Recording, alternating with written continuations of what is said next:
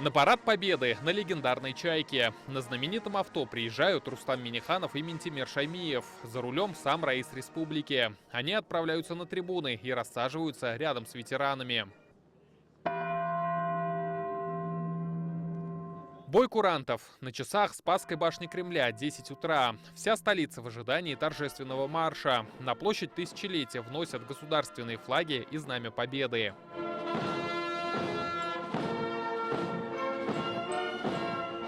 Из Казани парад переносится на Московскую Красную площадь. Именно здесь 79 лет назад прошел первый парад Победы. Ветеранов и всех россиян поздравляет президент страны Владимир Путин. С Днем Победы! С нашим самым главным, подлинно народным, священным праздником. Мы чествуем наших отцов и дедов, прадедов. Они защитили родную землю и сокрушили нацизм. Освободили народы Европы, достигли вершин ратной и трудовой доблести. Великая победа далась нашей стране ценой тяжелейших, невосполнимых потерь и утрат. Сегодня мы вспоминаем тех, кто отдал свою жизнь за мир на планете, говорит Рустам Минниханов. Несмотря на вся тяготы и лишения военного времени, наш народ выстоял и победил. И сегодня мы от всей души говорим вам спасибо, дорогие наши ветераны, фронтовики, труженики тыла, за ваше мужество и отвагу, несокрушимую волю к победе. Низкий вам поклон.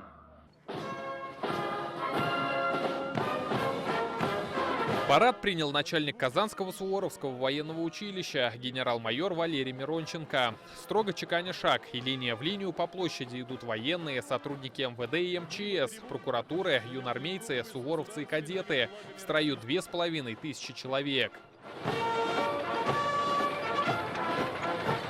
Пешие колонны сменила военная техника, БТРы, танки ИС, Т-34, легендарные колхозник «Татарии» и «Катюша». С ними шли к победе. Отдельным строем сегодня движется колонна ретро-автомобилей. Это образцы начала и середины 20 века.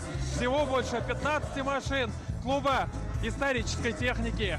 Все это в честь победителей. Ветераны и труженики тыла в первых рядах. Здесь и Алексей Комлев. В 1944-м он служил в войсках Прибалтийского фронта. Освобождал Белоруссию от нацистских оккупантов.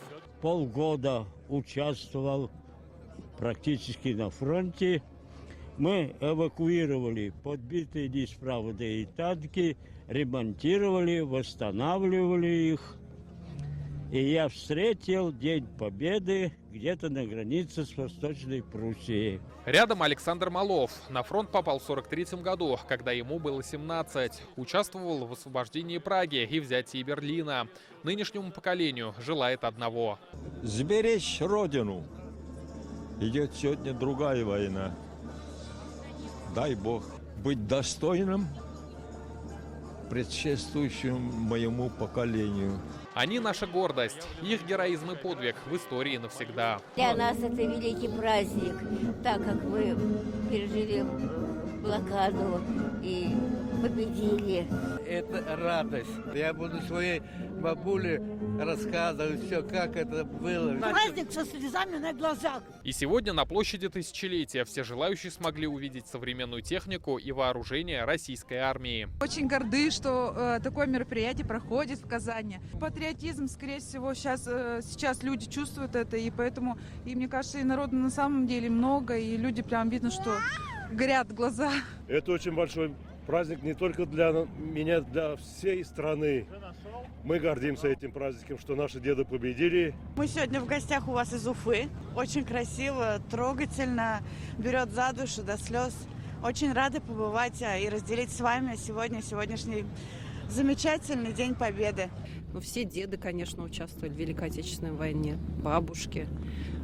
Так что семейный праздник, да. Будет только мирным небо над моей страной. Для всех гостей сегодня после парада большой концерт. Он завершился традиционно под песню, строки которой каждый знает наизусть. Это праздник